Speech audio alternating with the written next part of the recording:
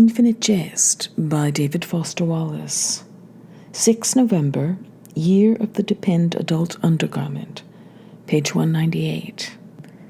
1610 hours, ETA, weight room, freestyle circuits.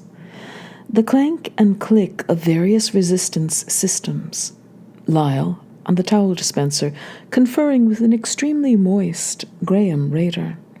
Shocked, doing sit-ups, the board almost vertical, his face purple and forehead pulsing. Trollshed, by the squat rack, blowing his nose into a towel. Cowell, doing military presses with a bare bar. Carol Spodek, curling, intent on the mirror. Raider, nodding as Lyle bends and leans in. Hal, up on the spotter shelf, in back of the incline bench, in the shadow of the monster copper beech through the west window, doing single toe raises for the ankle. Ingersoll at the shoulder pole, steadily upping the weight against Lyle's advice. Keith the Viking Freer, and the steroidic 15-year-old Elliot Cornspan spotting each other on massive barbell curls next to the water cooler's bench, taking turns bellowing encouragement. Hal keeps pausing to lean and spit into an old NASA glass on the floor by the little shelf. ETA trainer Barry Loach, walking around with a clipboard he doesn't write anything down on, but watching people intently and nodding a lot. Axford with one shoe off in the corner, doing something to his bare foot. Michael Pemulus seated cross-legged on the cooler's bench, just off Cornspan's left hip, doing facial isometrics, trying to eavesdrop on Lyle and Radar. Wincing whenever Cornspan and Freer roar at each other. 3 more, get it up there. Get that shit up there, man. It raped your sister, it killed your fucking mother, man. Do it. Pemulus makes his face very long for a while, and then very short and broad, then all sort of hollow and distended like one of Bacon's popes. Well, suppose, Pemulus can just make out Lyle, suppose I were to give you a key ring with 10 rings, with 100 rings, and I were to tell you that one of these keys will unlock it, this door we're imagining opening in onto all you want to be as a player. How many of the keys would you be willing to try? Trollsch goes over to Pemulus. Do the D-lint jerking off face again. Pemulus, for a second, lets his mouth gape slackly, and his eyes roll way up and flutters his lids, moving his fist. Well, I'd try every darn one, Radar tells Lyle.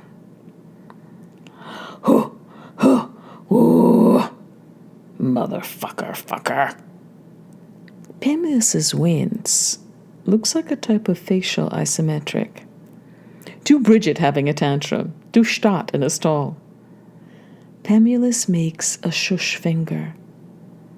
Lyle never whispers, but it's just about the same. Then you are willing to make mistakes, you see? You are saying you will accept 99% error.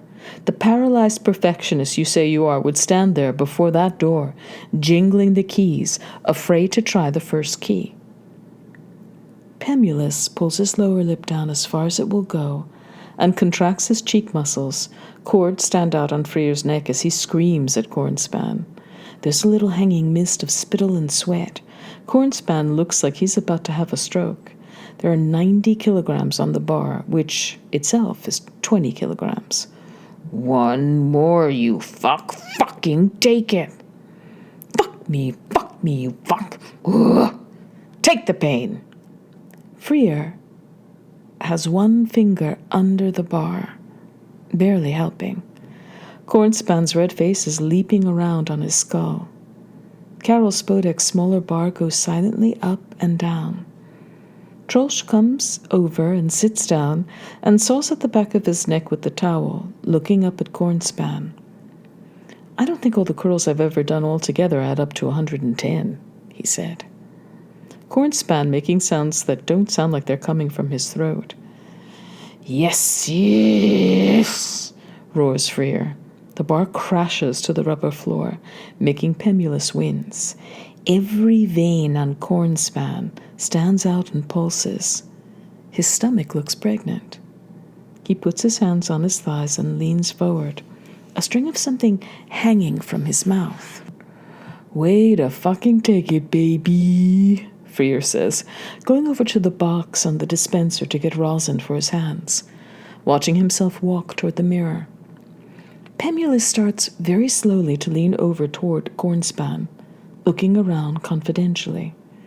He gets so his face is right up near the side of Cornspan's mesomorphic head and whispers, "Hey, Elliot, hey." Cornspan bent over, chest heaving, rolls his head a little his way. Pemulus whispers, "Pussy." If, by the virtue of charity, or the circumstance of desperation, you ever chance to spend a little time around a substance recovery hallway facility like Enfield MA's state-funded Ennet House, you will acquire many exotic new facts. You will find out that once MA's Department of Social Services has taken a mother's children away for any period of time, they can always take them away again, DSS, like at will, empowered by nothing more than a certain signature-stamped form, i.e., once deemed unfit, no matter why or when or what's transpired in the meantime, there's nothing a mother can do. Or, for instance, that people addicted to a substance who abruptly stop ingesting the substance often suffer wicked papular acne, often for months afterward, as the accumulations of substance slowly leave the body. The staff will inform you that this is because the skin is actually the body's biggest excretory organ, or that chronic alcoholics' hearts are, for reasons no MD has been able to explain, swollen to nearly twice the size of civilian human hearts, and they never again return to normal size. That there's a certain type of person who carries a picture of their therapist in their wallet. That both a relief and a kind of an odd letdown, black penises tend to be the same general size as white penises, on the whole. That not all U.S. males are circumcised. What you can cop a sort of thin, jittery, amphematinic buzz if you rapidly consume 3 millennial fizzies and a whole package of Oreo cookies on an empty stomach. Keeping it down is required, however, for the buzz, which senior residents often neglect to tell newer residents.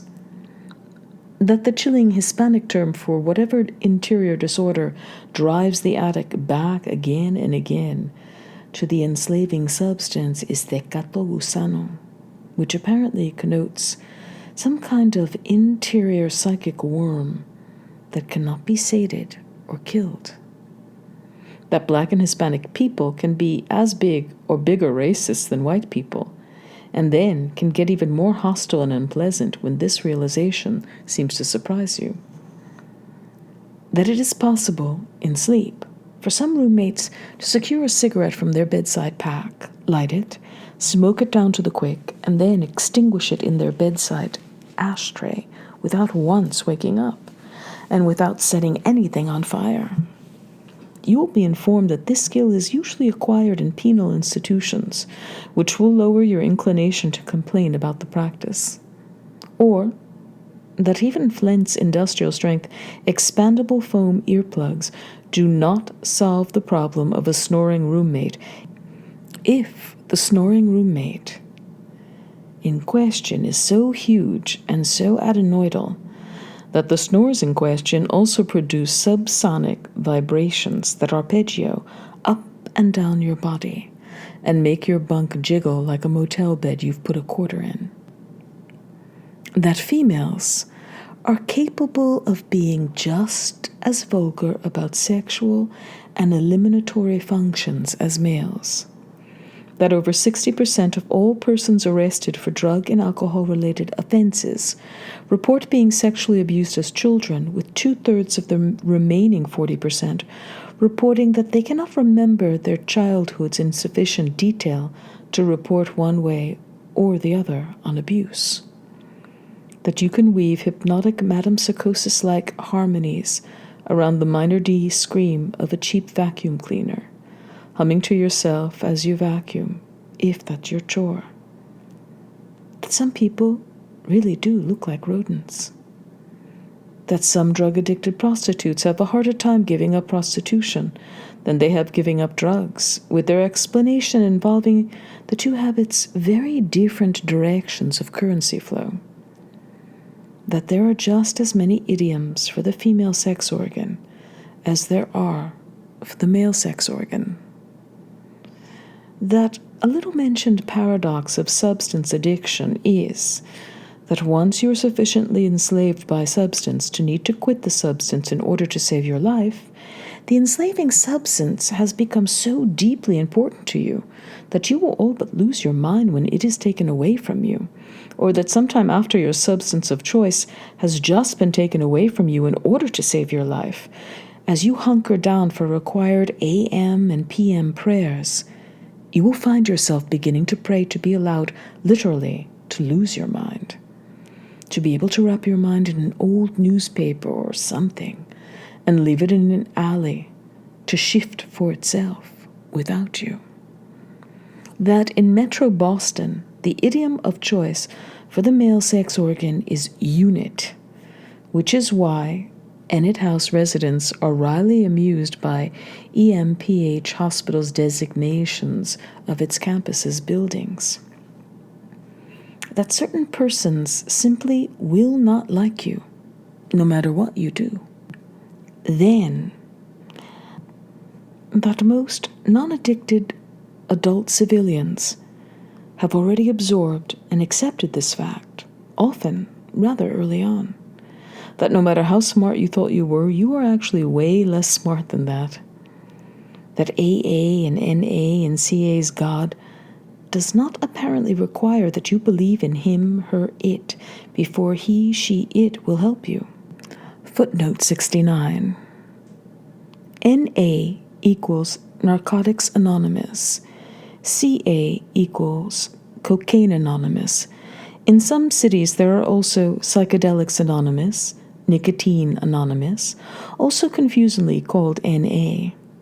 Designer Drugs Anonymous, Steroids Anonymous, even, especially in and around Manhattan, something called Prozac Anonymous. In none of these anonymous fellowships anywhere is it possible to avoid confronting the God stuff eventually. That bache macho bullshit, public male weeping, is not only plenty masculine, but can actually feel good, reportedly. That sharing means talking, and taking somebody's inventory means criticizing that person, plus many additional pieces of recovery speak. That an important part of halfway house human immunovirus prevention is not leaving your razor or toothbrush in communal bathrooms. That apparently a seasoned prostitute can, reportedly, apply a condom to a customer's unit so deftly he doesn't even know it's on until he's history, so to speak. That a double-layered steel portable strongbox with tri-tumblered lock for your razor and toothbrush can be had for under $35 US, $38.50 ONAN via HomeNet hardware, and that Pat M., or the house manager, will let you use the back office's old TP to order one if you put up a sustained enough squawk. That over 50% of persons with a substance addiction suffer from some other recognized form of psychiatric disorder too. That some male prostitutes become so accustomed to enemas that they cannot have valid bowel movements without them. That a majority of Enid House residents have at least one tattoo. That the significance of this datum is unanalyzable. That the Metro Boston street term for not having any money is sporting lint. That what elsewhere is known as informing or squealing or narking or ratting out is on the streets of Metro Boston known as eating cheese, presumably spun off from the associative nexus of rat. That nose, tongue, lip, and eyelid rings rarely require actual penetrative piercing. This is because of the wide variety of clip-on rings available. That nipple rings do require piercing, and that clitoris and glans rings are not things anyone thinks you really want to know the facts about. That sleeping can be a form of emotional escape and can, with sustained effort, be abused. That female Chicanos are not called Chicanas. That it costs $225 US to get an MA driver's license with your picture, but not your name. That purposeful sleep deprivation can also be an abusable escape. That gambling can be an abusable escape too, and work, shopping and shoplifting and sex and abstention and masturbation and food and exercise and meditation, prayer, and sitting so close to Enid House's old DECTP cartridge viewer that the screen fills your whole vision and the screen's static charge tickles your nose like a linty mitten. Footnote 70. Not to mention, according to some hardline schools of 12-step thought, yoga, reading, politics, gum-chewing, crossword puzzles, solitaire, romantic intrigue, charity work, political activism, NRA membership, music, art, cleaning, plastic surgery, cartridge viewing, even at normal distances, the loyalty of a fine dog, religious zeal, relentless helpfulness, relentless other folks' moral inventory taking, the development of hardline schools of 12-step thought, add darn near ad infinitum, including 12-step fellowships themselves, such that quiet tales sometimes go around the Boston AA community of certain incredibly advanced and hardline recovering persons who have pared away potential escape after potential escape until finally, as the stories go, they end up sitting in a bare chair, nude, in an unfurnished room, not moving, but also not sleeping or meditating or abstracting, too advanced to stomach the thought of a potential emotional escape of doing anything whatsoever, and just end up sitting there, completely motion and escapeless, until a long time later all that's found in the empty chair is a very fine dusting of off-white, ashy stuff that you can wipe away completely with like one damp paper towel. That you do not have to like a person in order to learn from him, her, it. That loneliness is not a function of solitude. That it is possible to get so angry you really do see everything red. What a Texas catheter is. That some people really do will steal things that are yours. That a lot of U.S. adults truly cannot read, not even an ROM hypertext phonics thing with help functions for every word. That cliquey alliance and exclusion and gossip can be forms of escape. That logical validity is not a guarantee of truth. That evil people never believe they are evil, but rather that everyone else is evil. That it is possible to learn valuable things from a stupid person. That it takes effort to pay attention to any one stimulus for more than a few seconds. That you can all of a sudden, out of nowhere, want to get high with your substance so bad that you think you will surely die if you don't. But can just sit there with your hands writhing in your lap and face wet with craving. Can want to get high, but instead just sit there, wanting to, but not, if that makes sense. And if you can gut it out and not hit the substance during the craving will eventually pass. It will go away, at least for a while. That it is statistically easier for low IQ people to kick an addiction than it is for high IQ people.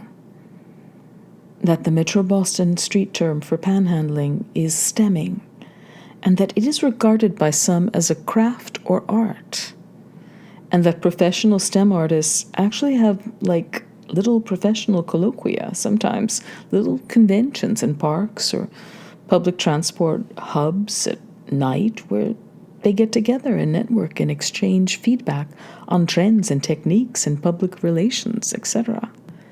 That it is possible to abuse OTC, cold and allergy remedies, in an addictive manner. That NyQuil is over 50 proof. That boring activities become perversely much less boring if you concentrate intently on them.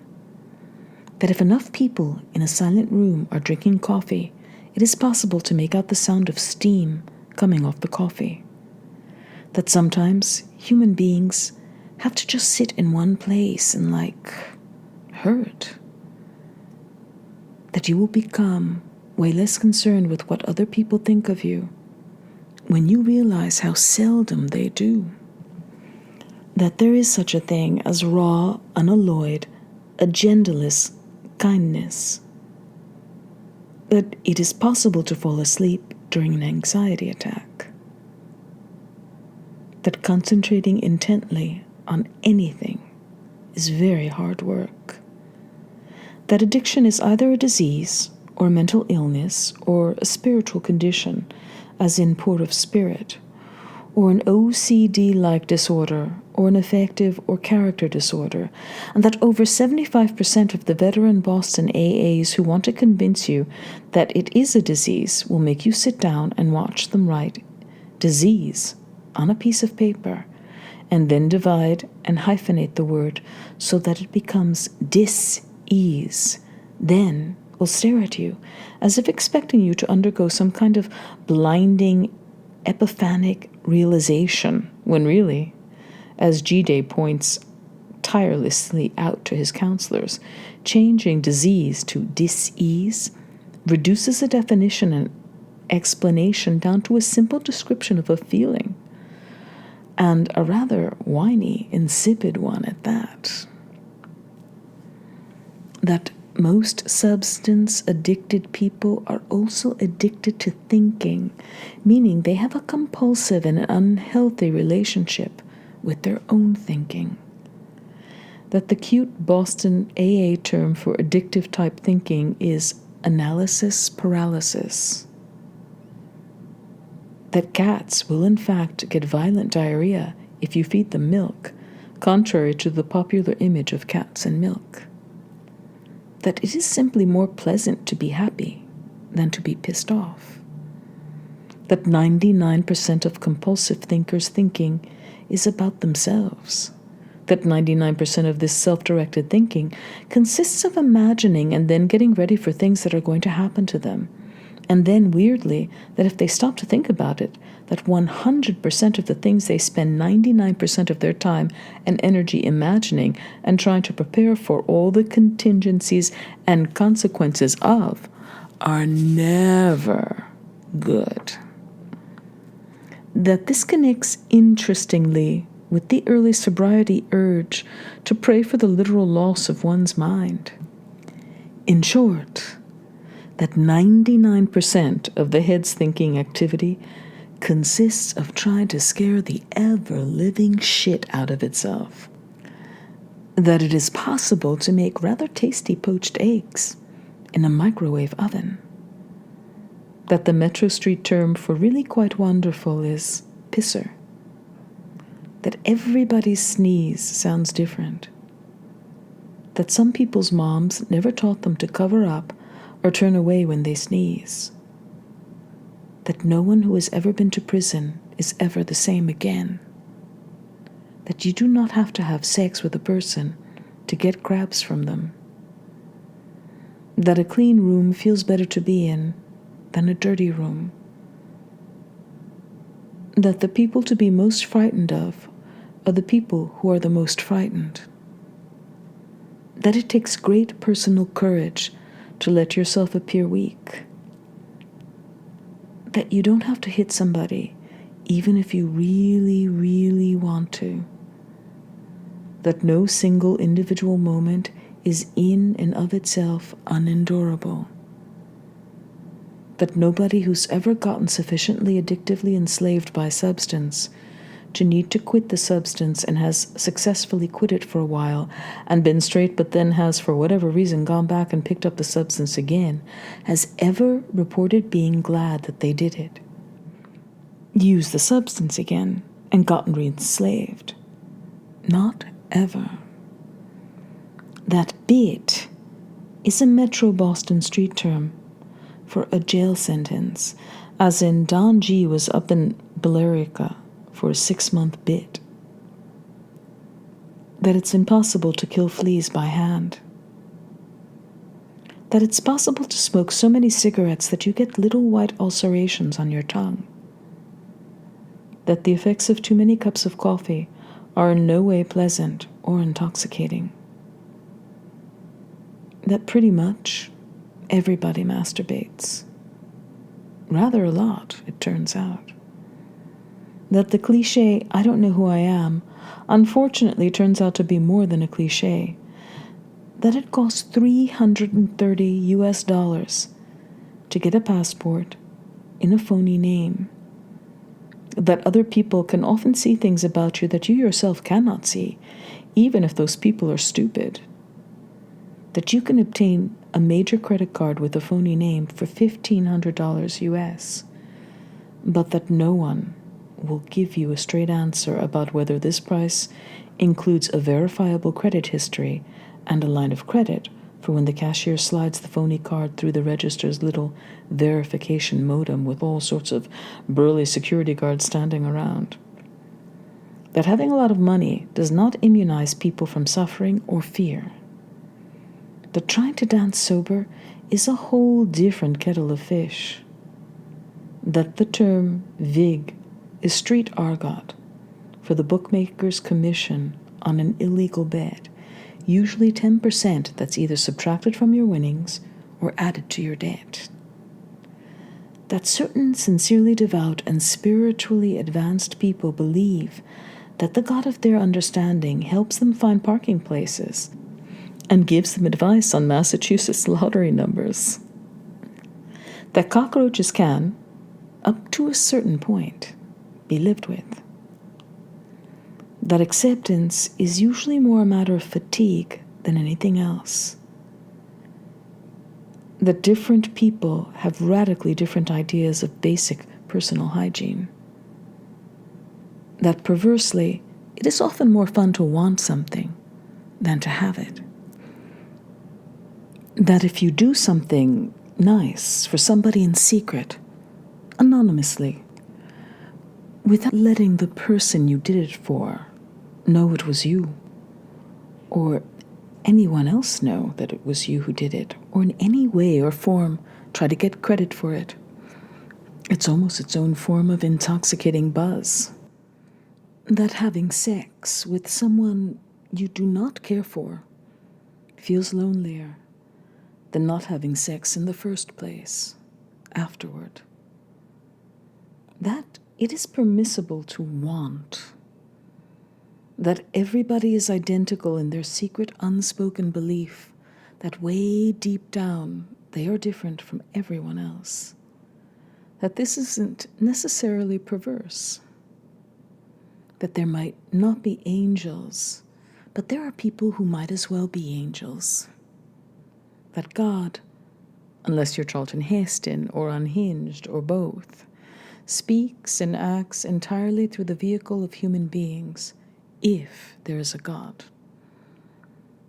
That God might regard the issue of whether you believe there's a God or not as fairly low on his, her, its list of things she, he, it's interested in, re you. That the smell of athlete's foot is sick sweet versus the smell of podiatric dry rot is sick sour. That a person, one with the disease ease, will do things under the influence of substances that he simply would not ever do sober, and that some consequences of these things cannot ever be erased or amended. Footnote 71. The Boston AA slogan, WRT, this phenomenon, is you can't unring a bell. Felonies are an example of this, as are tattoos. Almost always gotten on impulse, tattoos are vividly, chillingly permanent. The shop-worn act in haste, repent at leisure would seem to have been almost custom designed for the case of tattoos. For a while, the new resident, Tiny Ewell, got first keenly interested, then weirdly obsessed with people's tattoos. And he started going around to all the residents and outside people who hung around Enid House to help keep straight, asking to check out their tattoos and wanting to hear about the circumstances surrounding each tattoo.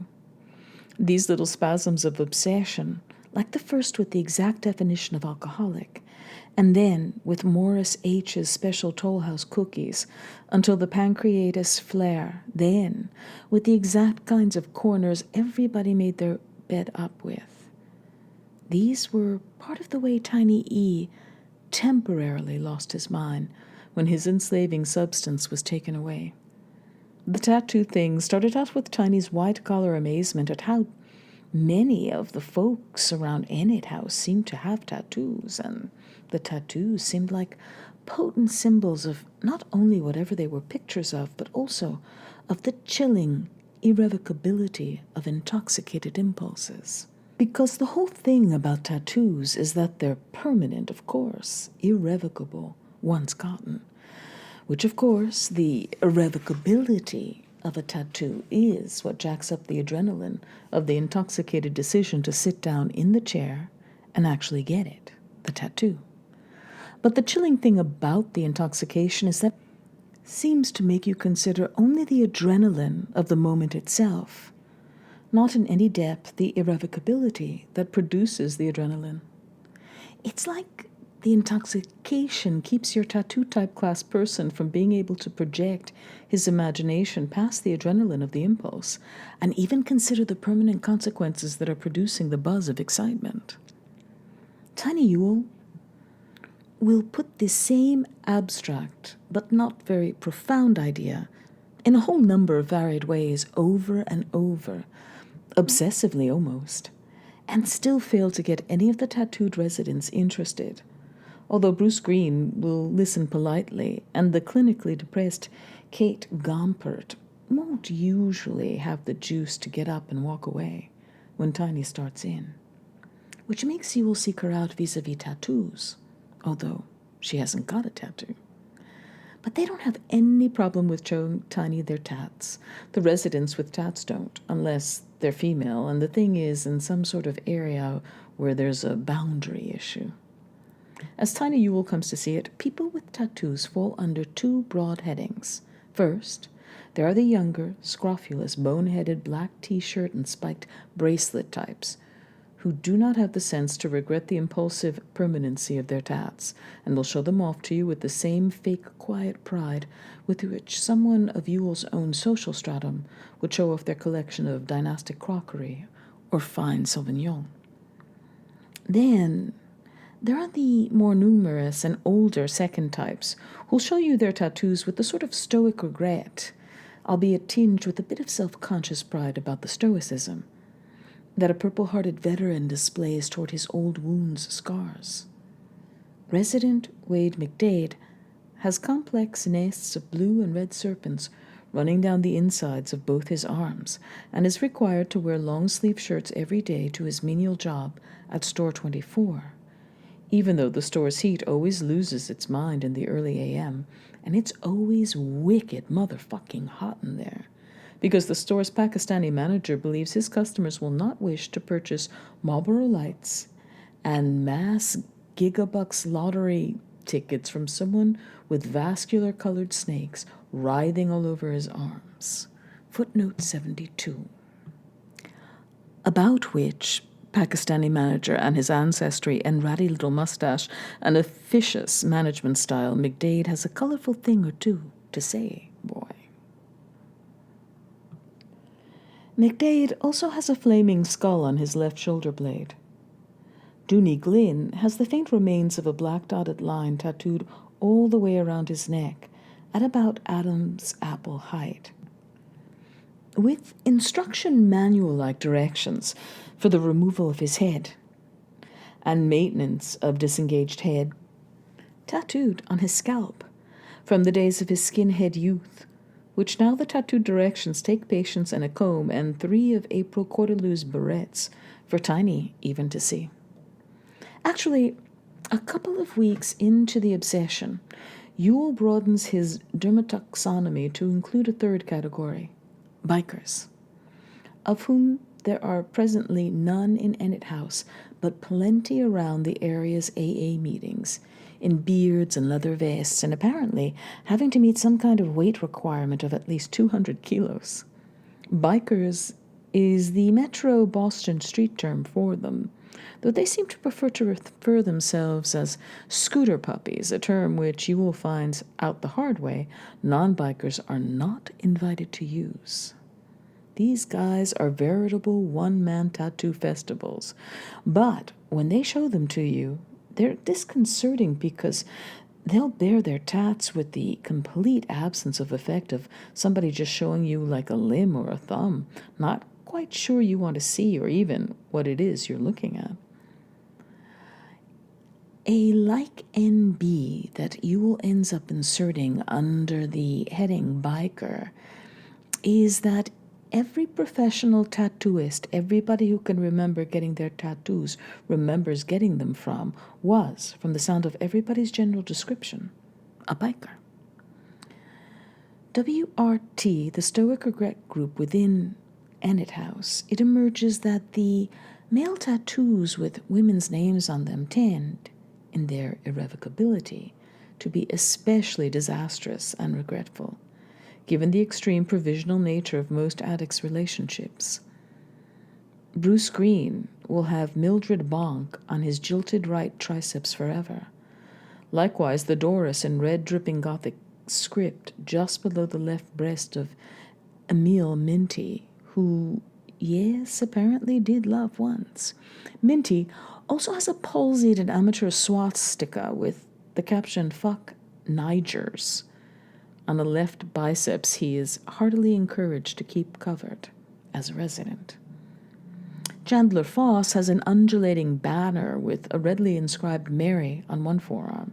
Said banner now mangled and necrotic because Foss, dumped and badly coked out one night, tried to nullify the romantic connotations of the tat by inscribing Blessed Virgin above the Mary with a razor blade and a red bic, with predictably ghastly results. Real tattoo artist Yule gets this on authority after a white flag group meeting from a biker whose triceps tattoo of a huge disembodied female breast being painfully squeezed by a disembodied hand, which is itself tattooed with a disembodied breast and hand, communicates real tattoo credibility, as far as Tiny's concerned. Real tat artists are always highly trained professionals. What's sad about the gorgeous violet arrow-pierced heart with Pamela incised in a circle around it on Randy Lenz's right hip is that Lenz has no memory either of the tattoo impulse and procedure or of anybody named Pamela.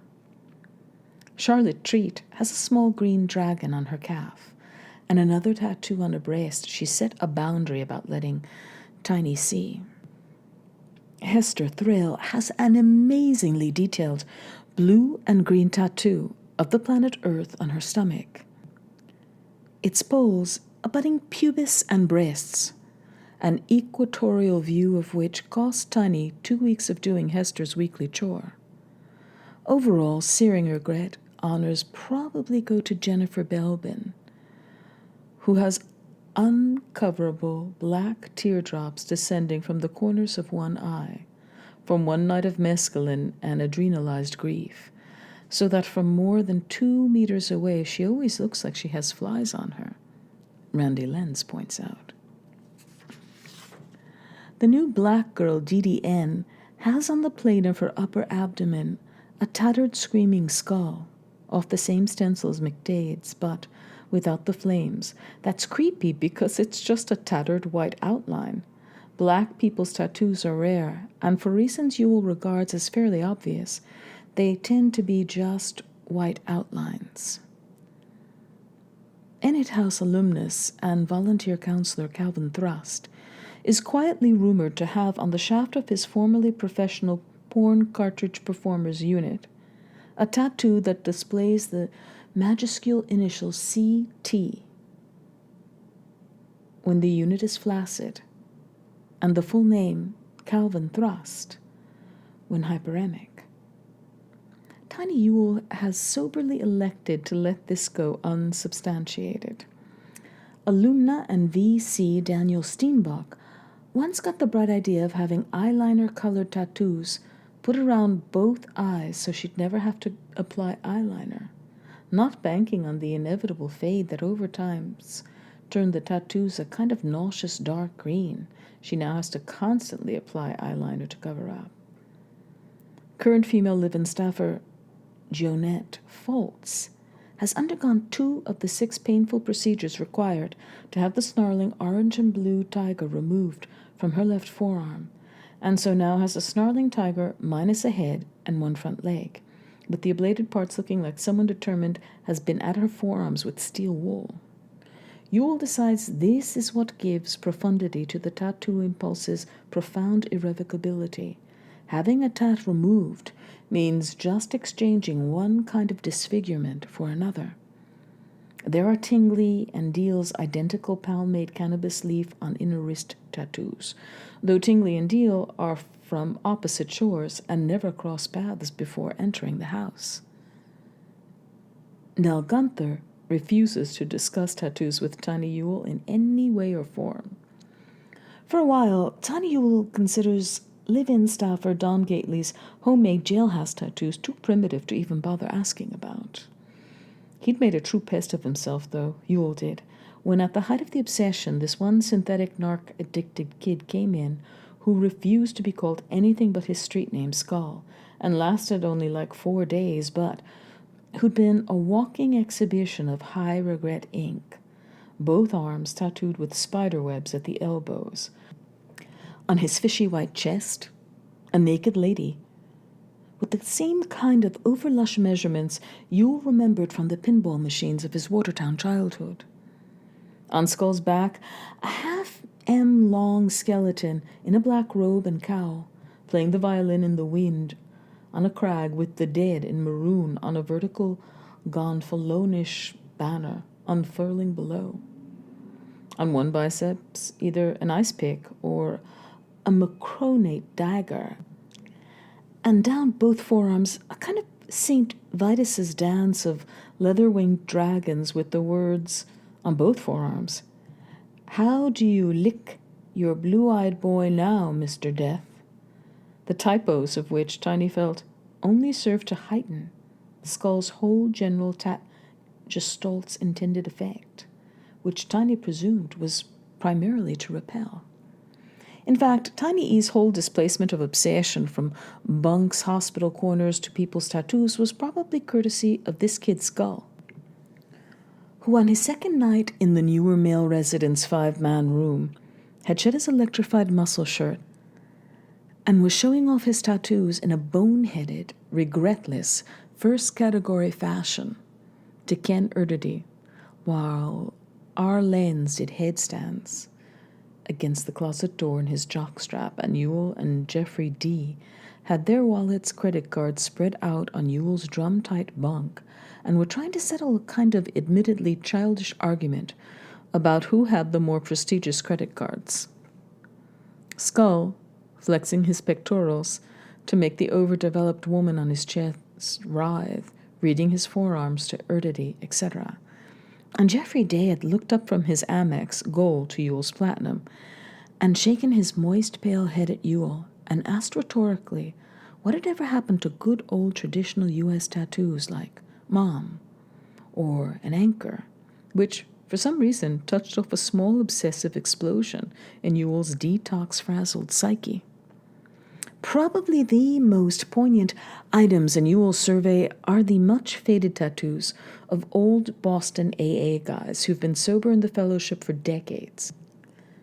The crocodilic elder statesmen of the White Flag and Alston groups, and the St. Columkill Sunday night group, and Ewell's chosen home group, Wednesday night's Better Late Than Never group, non-smoking, at St. Elizabeth's Hospital, just 2 blocks down from the house. There's something queerly poignant about a deeply faded tattoo, a poignancy, something along the lines of coming from the tiny and poignantly unfashionable clothes of a child long since grown up, in an attic trunk somewhere. The clothes, not the grown child, Ewell confirmed for G-Day. See, e.g., White Flag's cantankerous old Francis, ferocious Francis, Gahaney's right forearm stat of a martini glass with a naked lady sitting in the glass, with her legs kicking up over the broad flaring rim, with an old-style Rita Hayworth-era bangs-intensive hairstyle, faded to a kind of underwater blue, its incidental black lines gone soot green, and the red of the lips, nails, Subique 62 US N407, not lightened to pink, but more like decayed to the dusty red of fire through much smoke. All these old, sober Boston blue-collar men's irrevocable tattoos fading almost observably under the low-budget fluorescence of church basements and hospital auditoria. Ewell watched and charted and cross-referenced them, moved. Any number of good old USN anchors and in Irish Boston sooty green shamrocks and several little frozen tableaus of little khaki figures in GI helmets plunging bayonets into the stomachs of hideous urine-yellow bucktooth oriental caricatures, and screaming eagles with their claws faded blunt, and Semper Fi, all autolized to the point where the tattoos look like they're just under the surface of a murky-type pond. A tall, silent, hard-looking, old black-haired BLTN group veteran has the terse and hateful word pussy in what's faded to pond scum green down one liver-spotted forearm. But yet the fellow transcends even stoic regret by dressing and carrying himself as if the word simply wasn't there, or was so irrevocably there was no point even thinking about it. There's a deep and tremendously compelling dignity about the old man's demeanor, WRT the pussy on his arm, and Ewell actually considers approaching this fellow re the issue of sponsorship. If and when he feels it's appropriate to get an AA sponsor, if he decides it's germane in his case.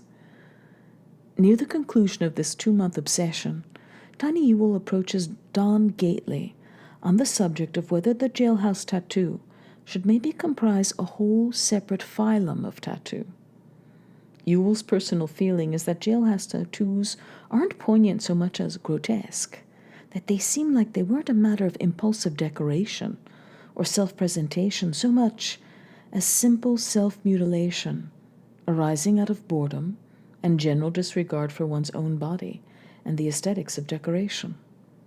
Don Gately's developed the habit of staring coolly at Ewell until the little attorney shuts up, though this is partly to disguise the fact that Gately usually can't follow what Ewell's saying, and is unsure whether this is because he's not smart or educated enough to understand Ewell, or because Ewell is simply out of his fucking mind. Don Gately tells Ewell how your basic type jailhouse tat is homemade with sewing needles from the jailhouse canteen and some blue ink from the cartridge of a fountain pen promoted from the breast pocket of an unalert public defender. And it's why the jailhouse genre is always the same night sky blue. The needle is dipped in the ink and jabbed as deep into the tattooee as it can be jabbed without making him recoil and fucking up your aim. Just a plain, ultra-minimal blue square like Gately's got on his right wrist takes half a day and hundreds of individual jabs.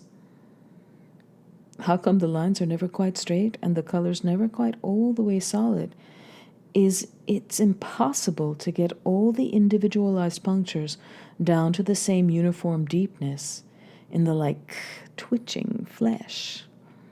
This is why jailhouse tats always look like they were done by sadistic children on rainy afternoons. Gately has a blue square on his right wrist and a sloppy cross on the inside of his mammoth left forearm.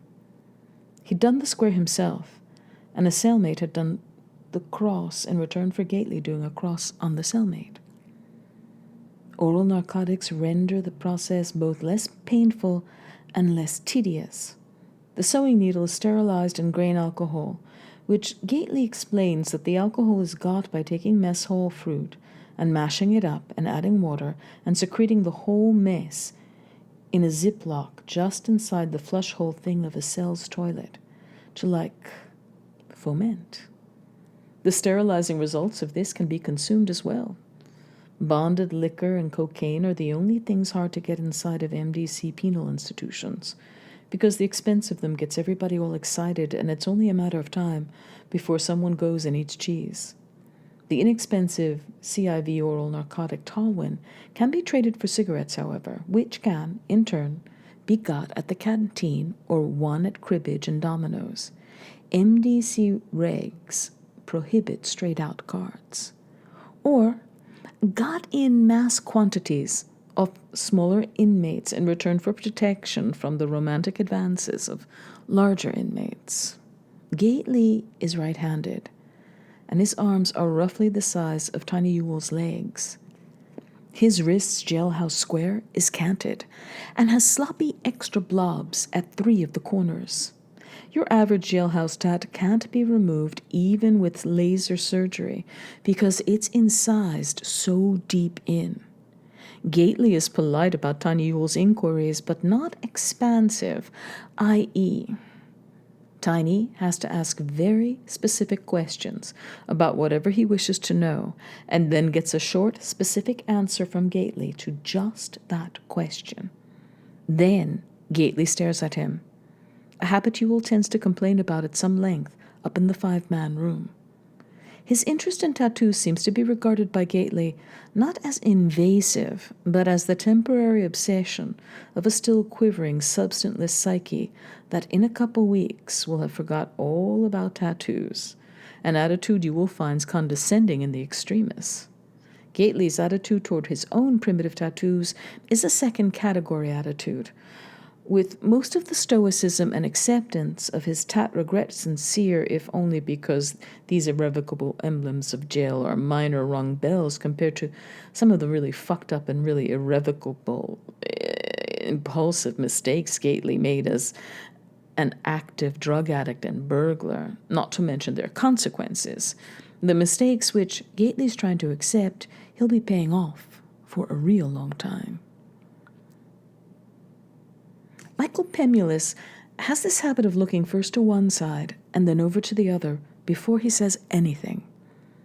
It's impossible to tell whether this is unaffected or whether Pemulus is emulating some film noir-type character. It's worse when he's put away a couple of dreams. He and Trevor Axford and Howling Candenza are in Pemulus's room with Pemulus's roommates Stott and Troeltsch down at lunch. So they're alone, Pemulus and Axford and Hal, stroking their chins, looking down at Michael Pemulus's yachting cap on his bed. Lying inside the overturned hat are a bunch of fair-sized but bland-looking tablets of the allegedly incredibly potent DMZ. Pemulus looks all around behind them in the empty room. This inkster axe handle is the incredibly potent DMZ, the great white shark of organosynthesized hallucinogens, the gargantuan feral infant of... Hal says, "We get the picture. The LU of the Ivy League of Acid," says Axford. "Your ultimate psychosensual distorter," Pemulus sums up. Think you mean psychosensory, unless I don't know the whole story here. Axford gives Hal a narrow look. Interrupting Pemulus means having to watch him do the head thing all over again each time. Hard to find, gentlemen, as in very hard to find. Last lots came off the line in the early 70s.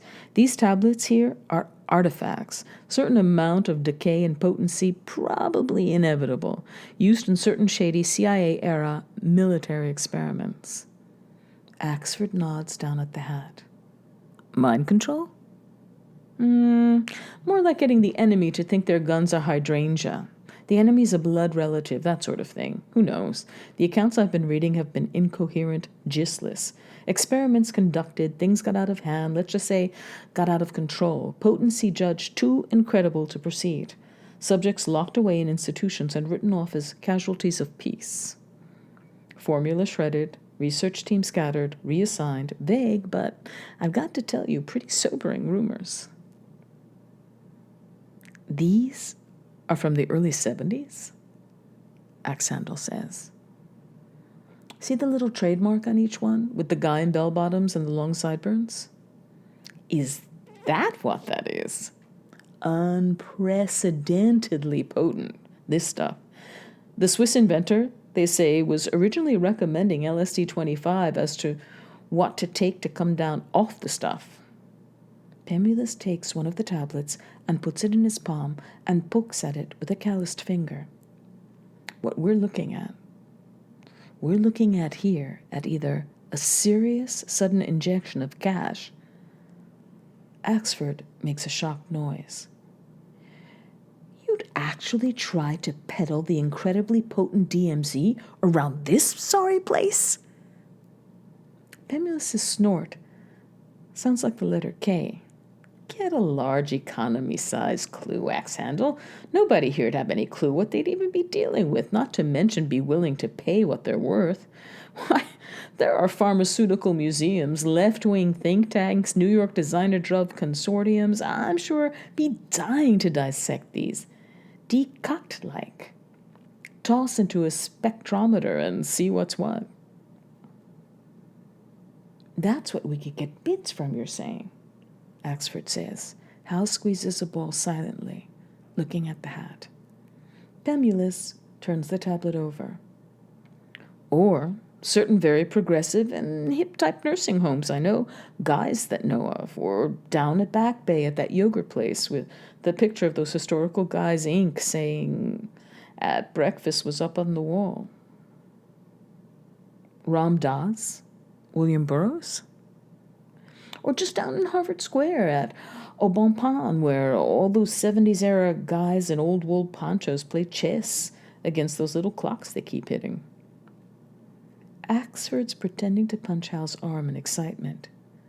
Pemulus says, or, of course, I'm thinking I could just go the sheer entertainment route and toss them in the Gatorade barrels at the meet with Port Washington Tuesday.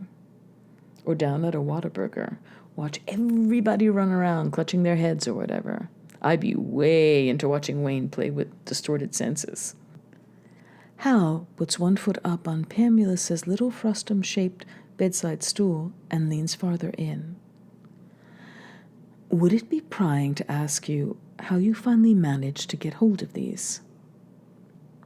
It wouldn't be prying at all, Pemulus says, removing from the yachting cap's lining every piece of contraband he's got and spreading it out on the bed, sort of the way older people will array all their valuables in quiet moments. He has a small quantity of personal consumption, lamb's breath cannabis, bought back from Hal out of a 20-gram he'd sold Hal, in a dusty baggie, a little saran-wrapped cardboard rectangle with 4 black stars spaced evenly across it. The odd dreen, and it looks like a baker's dozen of the incredibly potent DMZ.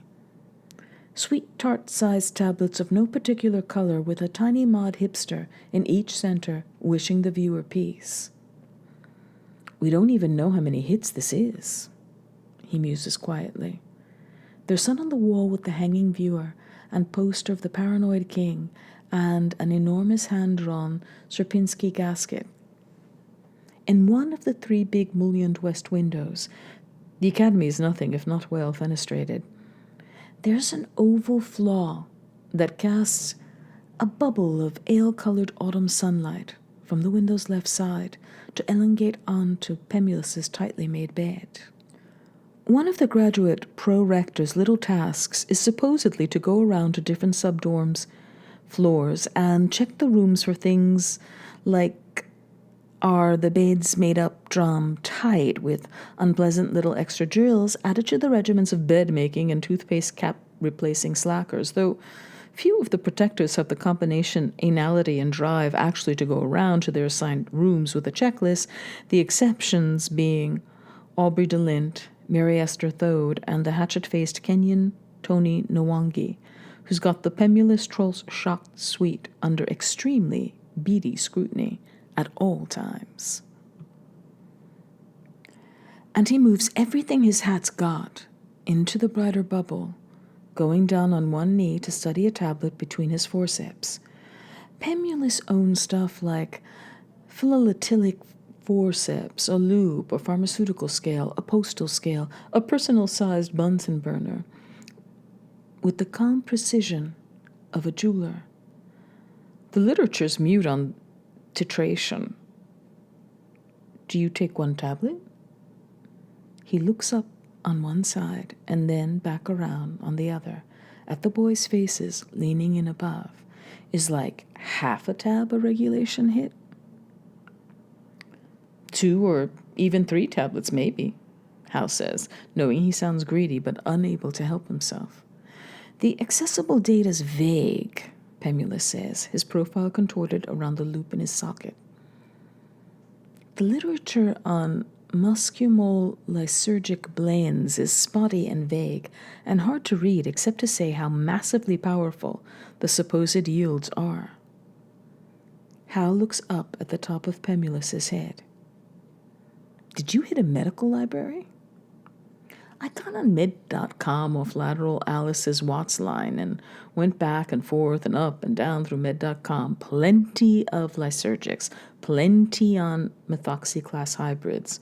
Vague and almost gossipy columny shit on fit via vivi compounds. Just get anything. You got to cross-key ergotics with the phrase musimol or musimolated. Only a couple of things ring the bell when you key in DMZ. Then they're all potent this, sinister that, nothing with any specifics, and jumbly polysyllables out the ass.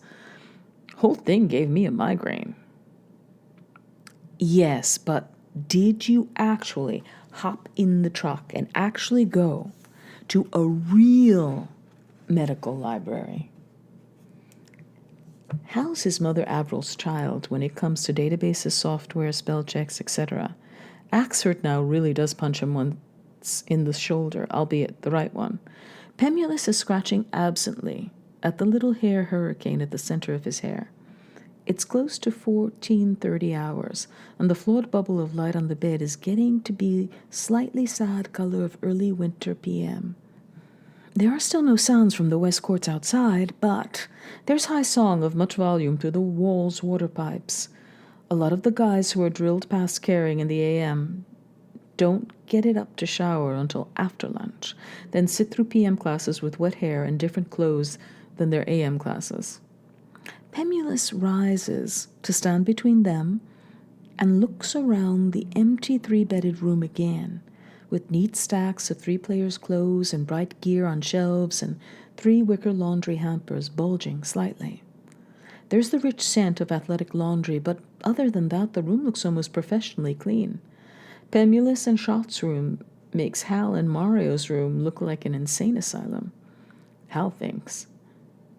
Axford drew one of only 2 single upper-class rooms in the last spring's lottery, the other having gone to the Vault twins, who get counted as one entry in room draw.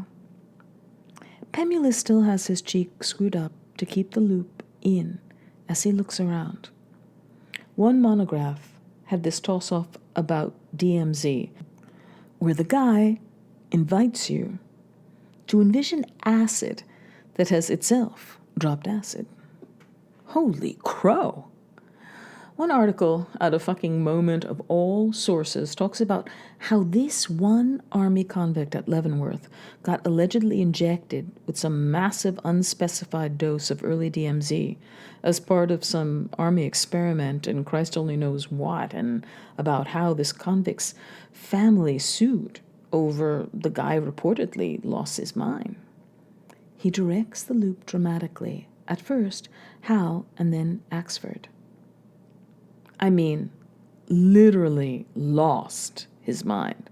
Like the massive dose picked his mind up and carried it off somewhere and put it down someplace and forgot where. I think we get the picture, Mike. Allegedly, Moment says how the guy's found later in his army cell in some impossible lotus position, singing show tunes in a scary, deadly accurate Ethel Merman impression voice. Axford says maybe Pemulus stumbled on a possible explanation for poor old Lyle and his lotus position down in the weight room, gesturing with the bad right hand in the direction of the comrade. Again, Pemulus with the thing with the head. The slackening of a cheek lets the loop fall out and bounce off the drum-tight bed, and Pemulus gets it to rebound into his palm without even looking.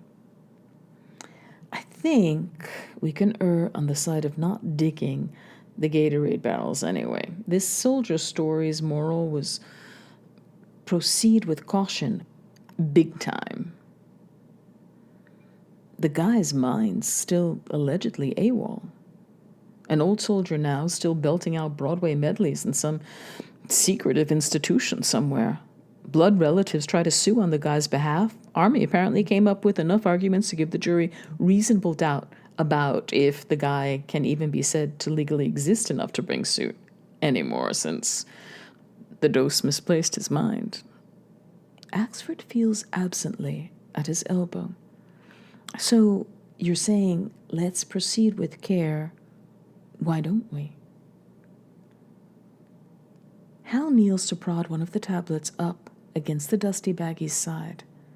His fingers look dark in the elongated bubble of light. I'm thinking these look like 2 tablets or possibly a hit, a kind of Motrinish look to them. Visual guesswork isn't going to do it. This is not Bob Hope Inc.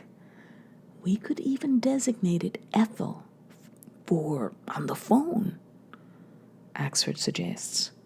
Pemulus watches Hal arranging the tablets into the same general cardio-ideo shape as ETA itself. What I'm saying, this is not a fool's rush-in type substance, Inc. This show-tuned soldier, left the planet. Well, so long as he waves every so often. The sense I got is the only thing he waves at is his food. But that was from a massive early dose, Axford says. Hal's arrangement of the tablets on the red and gray counterpane is almost zen in its precision. These are from the 70s. After intricate third-party negotiations, Pemulus finally landed 650 milligrams of the vaunted and elusive compound DMZ, or Madam Psychosis, from a small arms draped duo of reputed former Canadian insurgents, who now undertook small and probably kind of pathetic, outdated insurgency projects from behind the front operation of a cut-rate mirror, blown glass, practical joke and gag, trendy postcard, and low-demand old film cartridge emporium called Anti-Toy Entertainment, just up Prospect Street from Inman Square in Cambridge's decayed Portugo-Brazilian district.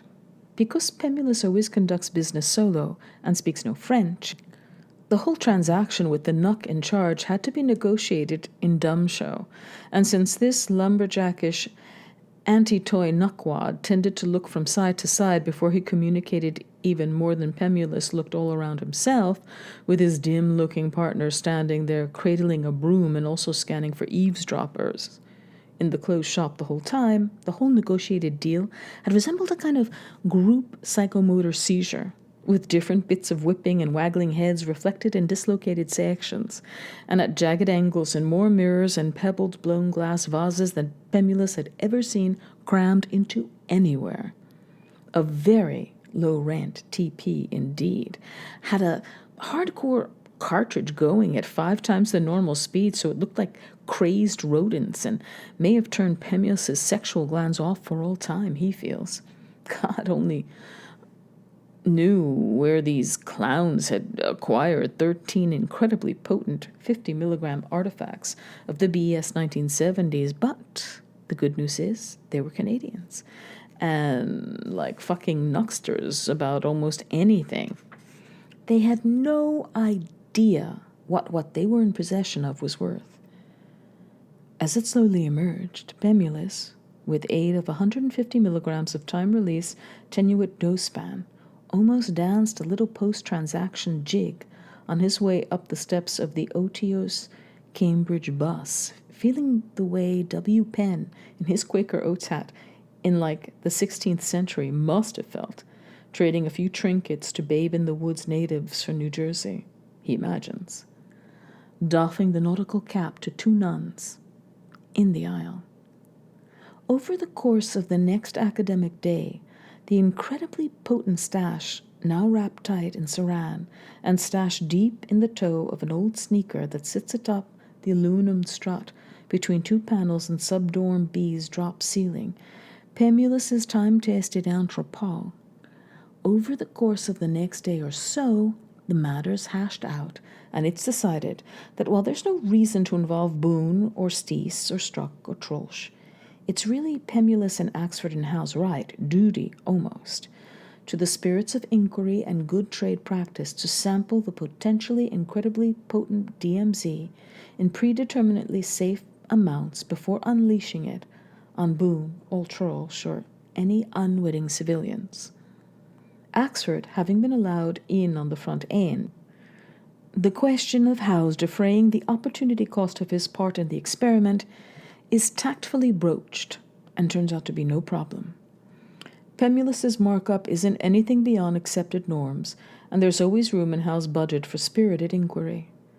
Howe's one condition is that somebody tech-literate actually take the truck down to BU or MIT's medical library and physically verify that the compound is both organic and non-addictive, which Pemulus says a physical hands-on library assault is already down in his day planner, in pen anyway. After PM drills on Thursday, as Hal Incandenza and Pemulus, with camera-mounted Mario and Candenza in tow, stand with their hands in the chain-link mesh of one of the show court's fencing and watch Teddy Stott play a private exhibition against a Syrian satellite pro who's at ETA for 2 paid weeks of corrected instruction on a service motion that's eroding his rotator cuff. The guy wears thick glasses with a black athletic band around his head and plays with an upright, square-jawed liquid precision and is dispatching Ted Stott handily, which Stott is taking with his customary sanguine good temper, giving his style it all, learning what he can, one of the very few genuinely stocky players at ETA, and one of the even fewer ranked junior players around without an apparent ego, wholly non-insecure since he blew out his knee on a contre-pied in the pre-Thanksgiving exhibition 3 years ago, which is odd. Now, still in and at it, just for the fun, and more or less doomed, therefore, to a purgatorial existence in 128-256 Alphabetville, as Pemulus and Howe stand there, sweaty, in full red and gray ETA sweats on a raw 11:05 p.m., the sweat in their hair starting to accrete and freeze. Mario's head bowed under the weight of the head-mount rig and his hideously arachnodactylic fingers whitening as the fence takes his forward weight. Howe's posture subtly but warmly inclined ever so slightly toward his tiny older brother, who resembles him the way creatures of the same order but not the same family might resemble one another. As they stand watching and hashing matters out, Hal and Pemulus, there's the thud and sprung of an EWD transnational catapult off way below to their left. And then the high, keen sound of a waste displacement projectile.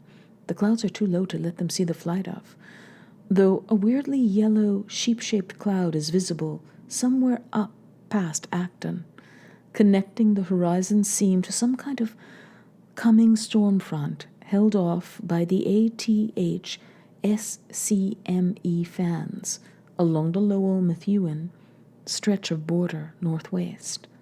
Pemulus finally nixes the notion of performing the spirited controlled experiment here in Enfield, where Axford has to be at the A Squad's dawn drills every morning at 0500, and also Hal, unless he slept over at HMH the night before, with HMH not being a good DMZ droppings venue at all. Pemulus, scanning up and down the length of the fence and winking at Mario, posits that a solid 36 hours of demand-free time will be advisable for any interaction with the incredibly potent you-know-what ski. That also lets out the inter-academy thing with Port Washington tomorrow, for which Charles Tavis has chartered 2 buses because so many ETA players are getting to go and do battle in this one. Port Washington Academy is gargantuan, the Xerox Inc. of North American tennis academies, with over 300 students and 64 courts, half of which they'll already have put under warm inflatable Testar cover as of like Halloween.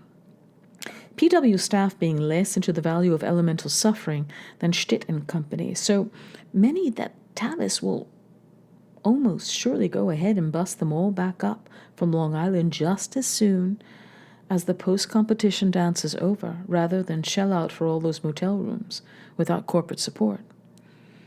This ETA PW meet and buffet and dance are a private inter-academy tradition, an epic rivalry almost a decade old. Plus, Pemulus says he'll need a couple of weeks of quality med-library stacks tossing time to do the more exacting titration and side effects research Hal agrees the soldier's sobering story seems to dictate. So they conclude the window of opportunity looks to be 11/20 to 21, the weekend right after the big end of fiscal year fundraising exhibition, with the ETA A and B squads in singles against this year.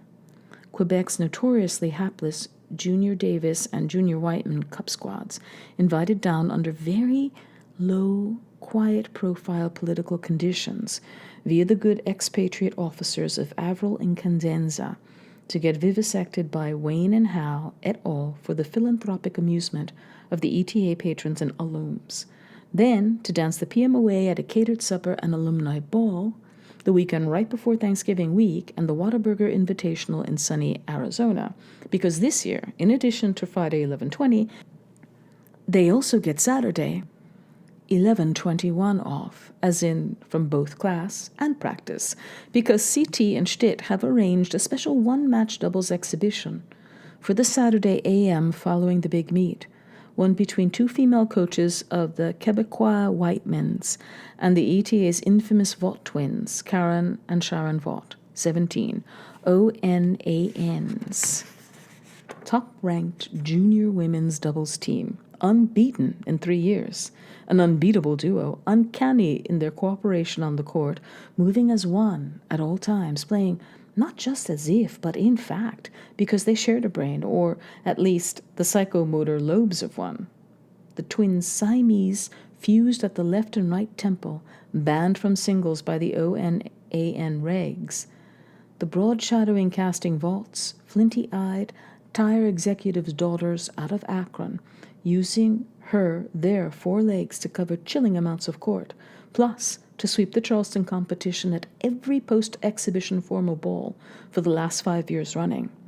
Tavis will be on Wayne to play some sort of exhibitory thing too, though asking Wayne to publicly smear a second Quebecer in 2 days might be a bit much.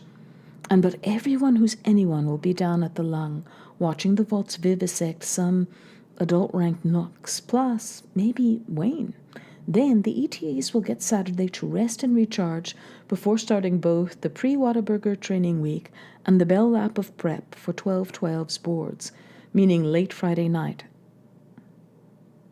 Sunday AM will give Pemulus, Hal, and Axford and may be struck, if Pemulus needs to let struck in for help with library tossing, enough time to psycho-spiritually rally from whatever meninges withering hangover the incredibly potent DMZ might involve. And Axford in the sauna predicted would be a witherer indeed, since even just LSD alone, he observed, left you the next day not just sick or down, but utterly empty. A shell. Void inside, like your soul was a wrung-out sponge. Hal wasn't sure he concurred. An alcohol hangover was definitely no frolic in the psychic glade. All thirsty and sick, and your eyes bulging and receding with your pulse. But after a night of involved hallucinogens, Hal said the dawn seemed to confer on his psyche a kind of pale, sweet aura, a luminescence. Halation, Axford observed. Pemulus appears to have left out of his calculations the fact that he'll get that Saturday p.m. off classes only if he makes the traveling list for the Tucson Whataburger the following week, and that unlike Hal and Axford, he's not a lock. Pemulus's USTA rank, except his halcyon 13th year in the year of the Purdue Wonder Chicken, has never gotten higher than 128, and the Whataburger draws kids from all over ONAN, and even Europe. The draw will have to be weak indeed for him to get even one of the 64 qualifying round invitations. Axford's on the fringes of the top 50, but he got to go last year at 17, so he's almost got to get to go. And Hal is looking at getting a third or maybe fourth seed in the 18s singles. He's definitely going, barring some sort of cataclysmic ankle relapse against either Port Washington or Quebec. Axford postulates that Pemulus isn't miscalculating so much as simply showing a slitty-eyed confidence, which, as far as his match play outlook is concerned, would be unusual and rather a fine thing. Pro-Rector Aubrey DeLint says publicly that seeing M. Pemulus in practice versus seeing M. Pemulus in a real match that means anything is like getting to know some girl through email as like email keyboard type pen pals and really falling for her, and then finally meeting her in person and finding out she's got just like one enormous tit in the exact middle of her chest or something like that. Mario will get to come along if Avril can convince CT to bring him along to get Whataburger footage for this year's ETA promotional Christmas giveaway to private and incorporated patrons cartridge. Shot and the glossy Syrian are laughing together about something up at the net post, where they've walked to gather gear and various spare rotator cuff and knee appliances after the Syrian kind of cornily jumped the net and pumped Shot's tan. Breath and sweat, steam rising up and moving off through the fence's mesh toward the manicured western hills as Mario's laugh rings out at some broad mock supplicant's gesture Shot's just now made.